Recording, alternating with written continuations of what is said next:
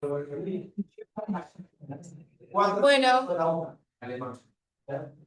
para dar inicio a este Ateneo, antes que nada, como preámbulo, quería comentar, cuando tenemos un paciente en sala que presenta un síndrome confusional, ¿estamos frente solo a un síndrome confusional o puede que sea algo más?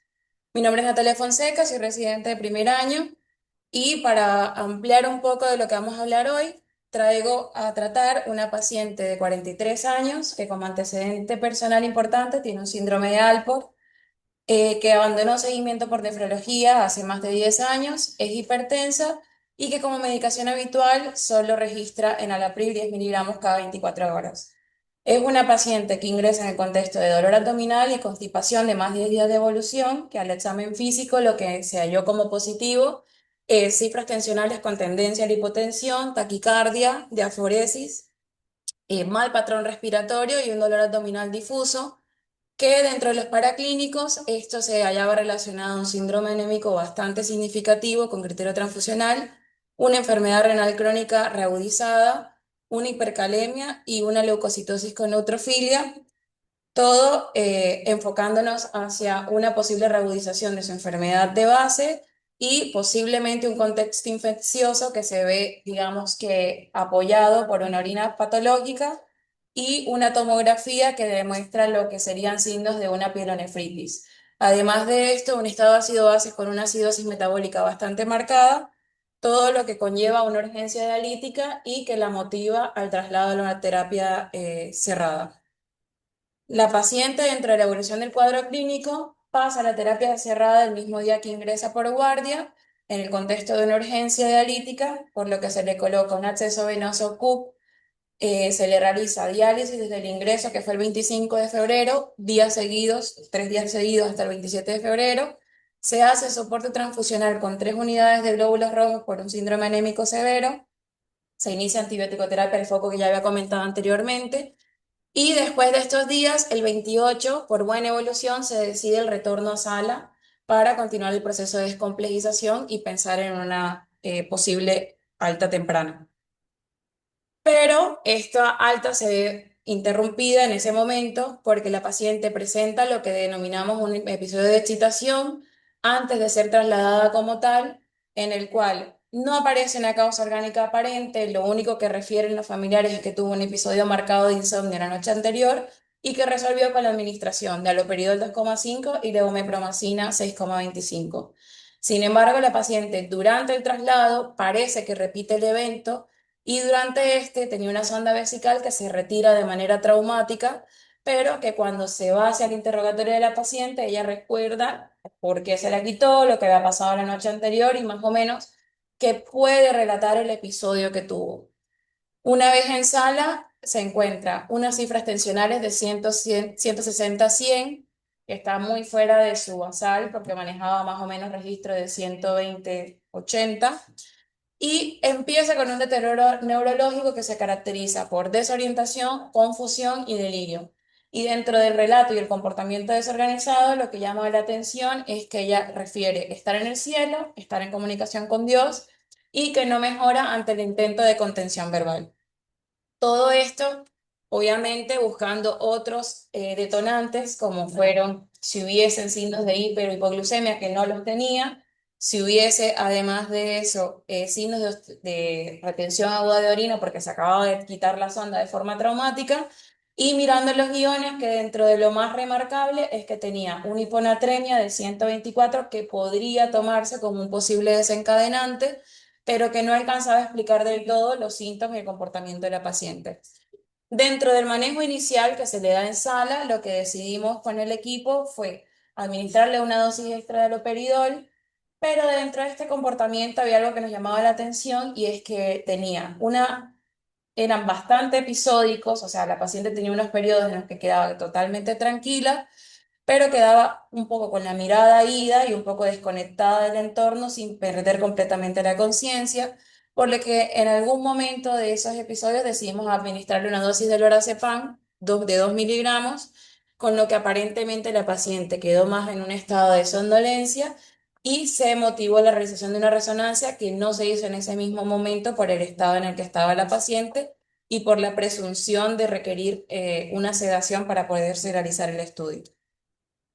A todo esto, revisando los paraclínicos, como les había dicho anteriormente, lo que analizábamos era que si bien persistía una leucocitosis, el síndrome anémico había corregido, la hiponatremia que les había comentado podría ser un factor desencadenante, pero no era tan representativa para los valores previos, y que la función renal había mejorado significativamente con la terapia de diálisis que había realizado los 3 días previos al paso a la sala general. En ese momento lo que hicimos fue hablar con el equipo de terapia y decidir el retorno de la paciente para vigilancia neurológica por alto riesgo de deterioro de su estado.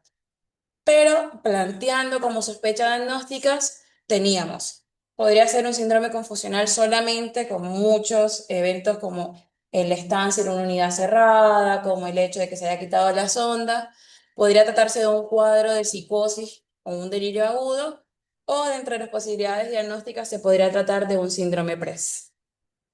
Esta fue la imagen que se pudo realizar hasta el 3 de marzo. Recordemos que la paciente retorna a terapia y presenta el episodio el 28 de febrero, que aparentemente tiene una remisión espontánea, en donde podemos ver y llama la atención el edema que se encuentra en la zona occipital bilateral, muy pequeño, pero que es representativo y que después, con el reporte final, se corrobora que la paciente, todo el cuadro clínico que presentó durante ese momento correspondía a un síndrome de encefalopatía posterior reversible que comprometía, como ya había comentado, la región occipital bilateral. Entrando en materia, lo que vengo a hablarles hoy es del síndrome de PRES. El síndrome de PRES es una entidad clínica y radiológica que tiene una característica clínica, y es que se manifiesta como cefalea, convulsiones y o alteraciones visuales, y que más allá del nombre que tenemos conocido como encefalopatía posterior reversible, no siempre es posterior, pues tiene en algunos casos y con peor pronóstico afectación de la circulación anterior, lóbulos frontales y tronco encefálico, y no siempre es reversible, y esto se debe a que en el caso en el que no se haga un diagnóstico oportuno, el edema vasogénico puede evolucionar a un edema citotóxico y representar zonas de alto riesgo de isquemia o incluso hemorragia. Como factores desencadenantes más importantes tenemos la hipertensión arterial aguda, que se asocia a encefalopatía hipertensiva, y en los casos de las embarazadas, eclampsia y preeclampsia; la falla renal, que es la enfermedad renal aguda o crónica, y la uremia, que en este caso la paciente presentaba eso como dato positivo; la inmunosupresión y toxicidad como medicamentos como tracolimus, ciclosporina, quimioterapia; y la autoinmunidad, porque se han reportado casos en el cual el mecanismo de acción como ente inflamatorio del lupus puede predisponer a un síndrome de encefalopatía posterior reversible. ¿Cuáles son los mecanismos fisiopatológicos o cuáles son las teorías que se manejan? Son dos, y las cuales no son mutuamente excluyentes, y tenemos que primero podría tratarse de una vasoconstricción o isquemia, y es que por lo menos cuando hay eventos de hipertensión hay un aumento súbito de la presión que produce una sobreregulación muy aguda, en lo que hay un espasmo vascular, una disminución del flujo, una isquemia, lo que puede conllevar al esquema citotóxico, y una segunda teoría que nos habla de una vasodilatación con hipoperfusión, y es lo que se considera que cuando hay un fallo en los mecanismos de la primera teoría, el sistema de regulación no logra compensar de manera sostenida esta vasoconstricción, por lo que se genera una sobredistensión vascular con daño endotelial, extravasación capilar, lo que se ve materializado en la resonancia como un edema vasogénico. Ahora bien, ¿cuál es el espectro de presentación clínica? La verdad es que es un síndrome que es un poco confuso, el diagnóstico siempre se debe pensar, pero es algo que por descartes, pero tiene manifestaciones clínicas que nos podrían orientar un poco más hacia que un paciente lo presente teniendo los factores encadenantes que anteriormente comenté. Entre esos tenemos la encefalopatía, que puede ir desde un estado confusional agudo hasta el coma y representa un 50-80% de los casos; las convulsiones, el 60-75%; cefalea, el 50%, y trastornos visuales o ceguera cortical en el 33% de los casos, y esto se genera más que todo por el compromiso occipital que representa la mayoría de los casos. Pero como dato importante y a tener en cuenta es que hay algo que se ve que representado en los pacientes y es el estado epiléptico no convulsivo y son aquellos estados en los que los pacientes no van a presentar movimientos tónico-clónicos, pero como en el caso de esta paciente, se puede sospechar que tuvo un evento de desconexión del entorno que puede corresponderse a una epilepsia. Y en ese caso, puede persistir durante días causando un daño hipóxico severo. Ahora bien, como les había dicho, es un síndrome bastante mimético, tiene características sintomáticas comunes con otros síndromes y por eso traje a relevancia algunas diferencias como son las convulsiones, que pueden estar presentes tanto en el PRES como en la trombosis venosa cerebral. Como signo clave, en el PRES hay alteración del sensorio, en la trombosis hay edema de papila, en la CB de vértice basilar predomina un déficit motor y en el lupus pueden haber trastornos psiquiátricos indiferenciados. Y en las imágenes, lo más representativo del PRES es que hay un edema posterior bilateral que respeta la línea media. En la trombosis vemos el llamado signo de la cuerda y cuando hablamos de ACV podemos hablar de infartos o hemorragias que se ven de diferente manera. Ahora, en cuanto al pronóstico, la mayoría de las veces hablamos de que el PRES tiene un pronóstico benigno y que tiene una remisión completa, pero esto depende mucho del momento del diagnóstico. En la trombosis venosa cerebral hay alta mortalidad relacionada y en los eventos isquémicos no se ve una resolución con respecto a la imagen, por así decirlo. Y el lupus es variable dependiendo de la manifestación clínica. Ahora bien, con respecto al diagnóstico, el diagnóstico se hace por resonancia. En esta lo que por lo general buscamos es una difusión, perdón, y una ADC, un T2, perdón, y un FLAIR. Y lo que vamos a ver inicialmente cuando el cuadro se toma en su fase aguda es un edema vasogénico bilateral asimétrico que predomina la sustancia blanca parieto occipital y respeta las cisuras.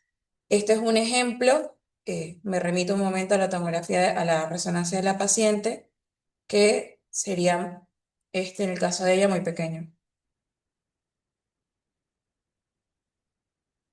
Ahora bien, lo que les había comentado anteriormente es sobre la reversibilidad y esto depende mucho del momento en el que se haga el diagnóstico. Se ha demostrado de que cuando se encuentra una difusión negativa y un ADC positivo, es cuando hablamos de que hay una fase de edema vasogénico que nos permite pensar en una reversibilidad del cuadro. Es decir, una imagen hizo intensa en la difusión y una imagen claramente hipertensa en el ADC. Por el contrario, saliendo un poco del tema y hablando de la localización, lo que les había dicho, si bien el síndrome es de posición occipital por preferencia, no descarta que haya unas posiciones atípicas como son lóbulos frontales, temporales y tronco encefálico, y tiene complicaciones más graves como son las complicaciones hemorrágicas que se pueden presentar hasta en el 20% de los casos.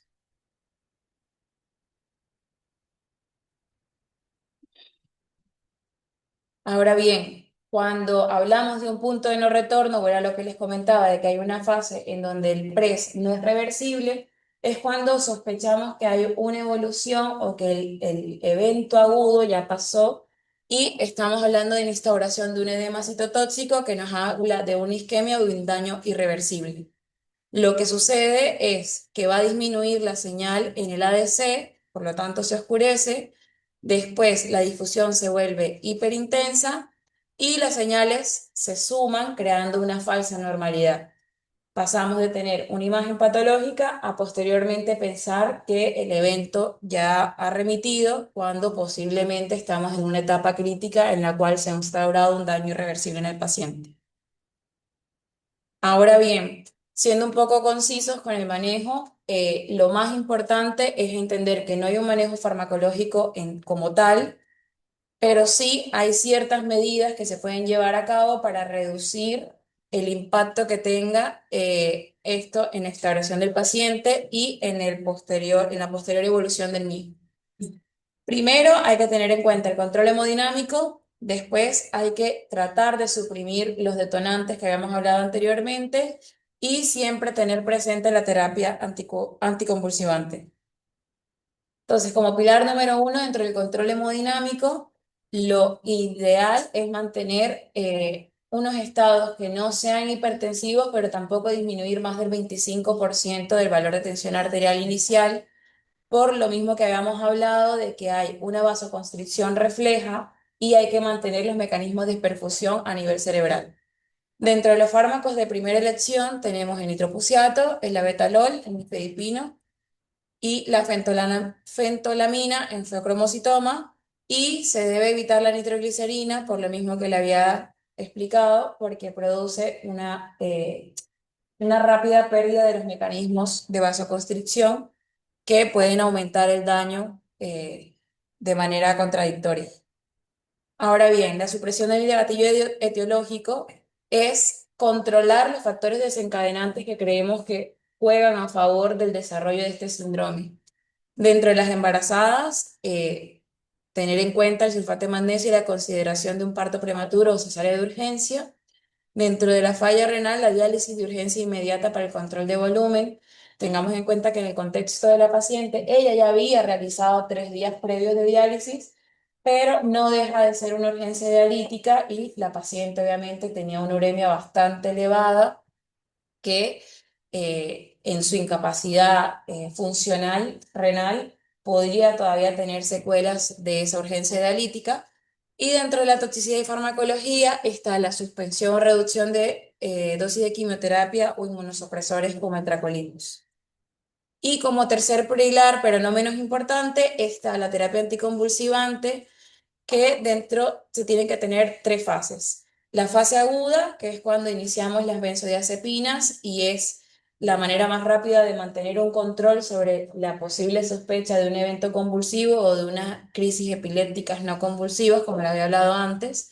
La fase de estabilización, que ya la idea es pasar a medicamentos orales en los cuales se mantenga una estabilidad del paciente.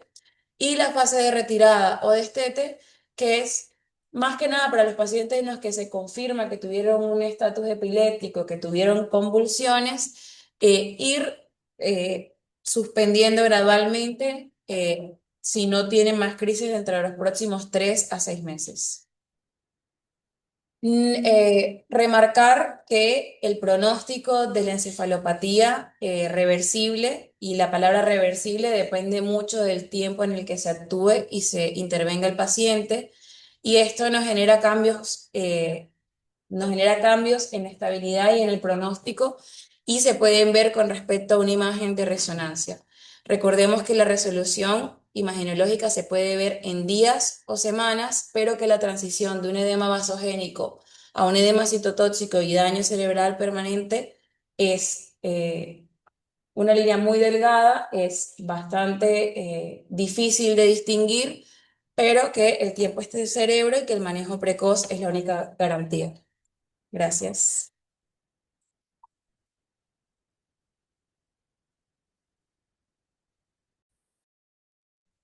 Bueno, bueno, buenísimo el caso. Y quiero hacer algunas preguntas. Tengo varias preguntas. No quedó muy claro la causa de la insuficiencia renal aguda que lo lleva a la diálisis. Y si era un renal crónico de la entrada, por normal, con pila más abajo, y a partir de estar séptico por una pielonefritis, entra en ira que lo lleva a la diálisis. No me quedó claro esa parte. Sí, o sea, pensamos que es eso, que fue la pielonefritis. Igual no tenía seguimiento hace mucho. Lo que entiendo de la historia inicial es que venía con un laboratorio de 6 meses que ya tenía una creatinina de 9, que no venía haciendo ese seguimiento. Sí. Segundo, ¿cómo interacciona todo esto el síndrome de Alport? Porque yo entendí, no es una canalopatía, no es un trastorno genético, Sí. que los hay de diversas gravedades, en las cuales ahí está involucrada la cognición, son sordos, también son las normalizaciones, estamos, si no mal no recuerdo, tienen trastornos mentales o retraso mental de los más graves. ¿Cómo pudo haber interaccionado con todo esto en el PRES? Uno, si es claro, me queda bien claro, si es una cosa absolutamente independiente, o si estuvo relacionado, o si fue un factor de riesgo para que haga el PRES. Eso solo no me queda claro la historia de su algo. Tiene 10 años que no va al Hospital Durán, pero cuando sí iba al Hospital Durán hasta los 33 años. ¿En qué consistía su síndrome No teníamos crónico? la historia, o sea, la paciente era de muy mal seguimiento, no teníamos en ese momento la historia de ella. Pero no Eh, tenemos un caso madurativo ni no, ninguno, nada. nada, ni siquiera tenía hipoacusia ni nada. Y sí que tenía una falla renal progresiva y Sí, que estaba previamente. En sí, ese contexto hace una pielonefritis, se pone séptico y tiene que dializar en algunos. Así. sí, Entonces, entiendo que el caso es los dos grandes factores de riesgo para haber hecho el préstamo, que lógicamente es bastante claro que lo tiene, es, por un lado, que hizo la necesidad renal aguda grave, la diálisis que genera movimientos de fluidos sí, importantes, y un episodio de hipertensión arterial sí, fuerte que hasta donde ustedes pudieron registrar, creo que duplica el del ingreso, por sí, ejemplo. Eso serían los detonantes, ¿cierto? sí. Nosotros qué hemos dado tantos pacientes con PRES, presentamos qué motivo fue el cuerpo que decían aquí, ¿no? Nosotros con PRES, y este síndrome le tomó la posta en la historia de la medicina a algo que ustedes probablemente leyeron en unos libros y tienen acceso a algún libro viejo, pero bueno, cuando yo me tocó estudiar eso no eran libros viejos, eran los libros que había en su momento, en los 90, lo que se llamó toda la vida la encefalopatía hipertensiva. La encefalopatía hipertensiva, si ustedes sabrán los libros hasta el año 2000, llena capítulos, después desapareció. Entonces, hoy en día, tenemos una encefalopatía hipertensiva, eso existe, prácticamente eso es todo lo que pone, eso existe.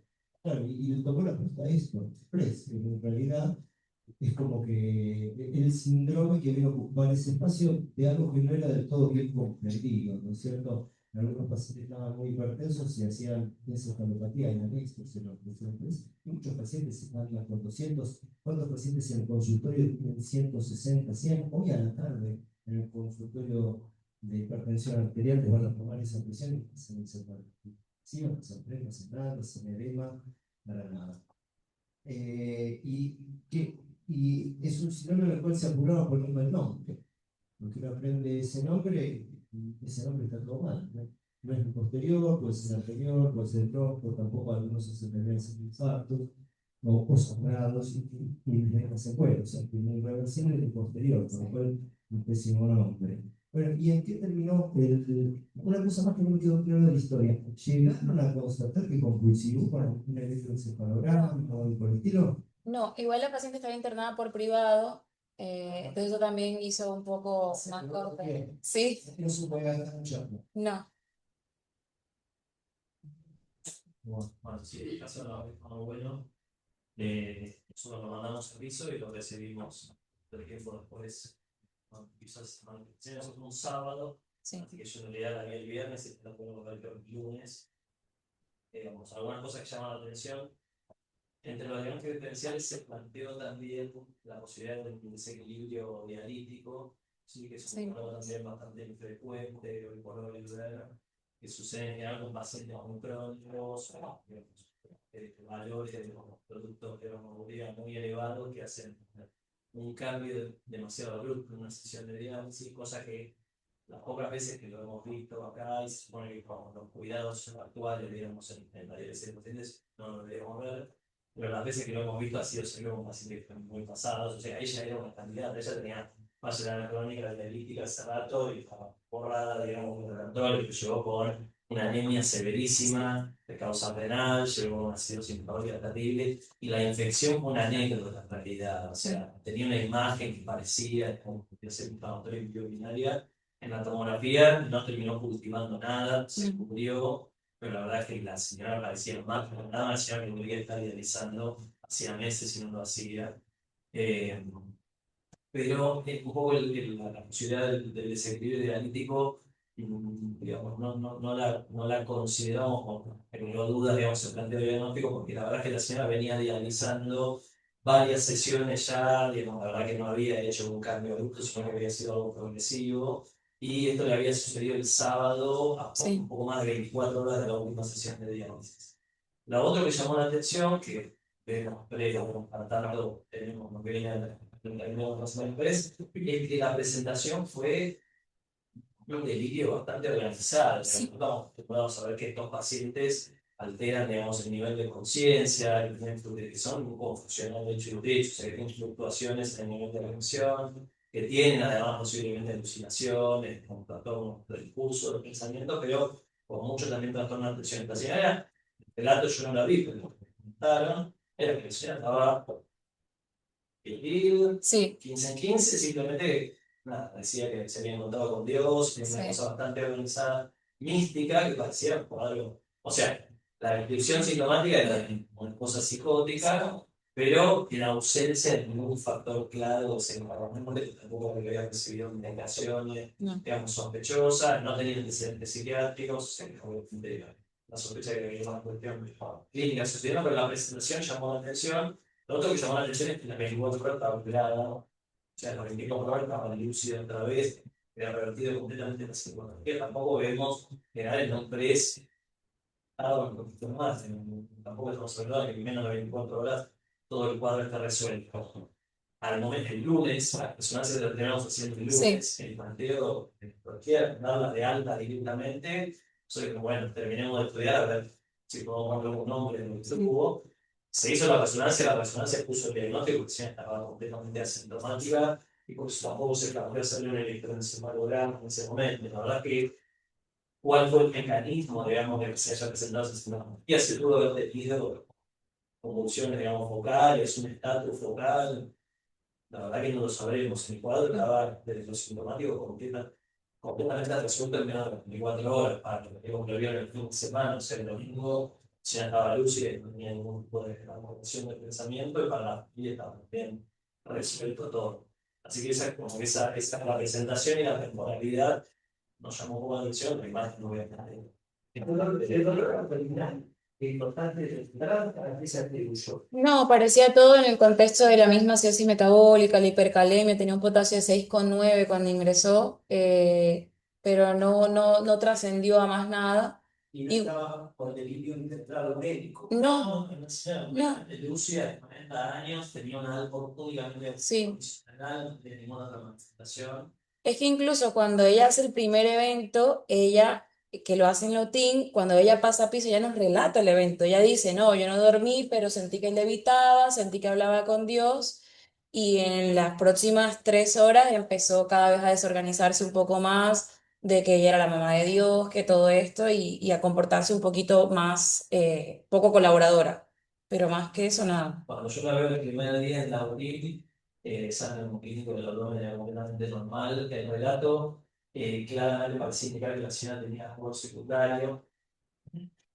Pero también en algún momento parecía haber un dolor que en su origen parecía algo abdominal, que no era tan claro de una exactamente.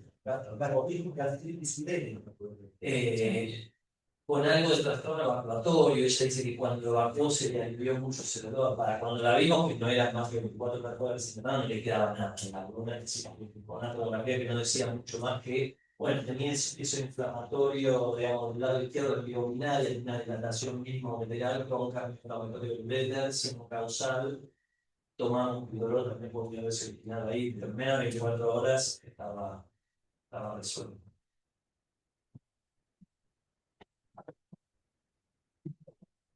Sí.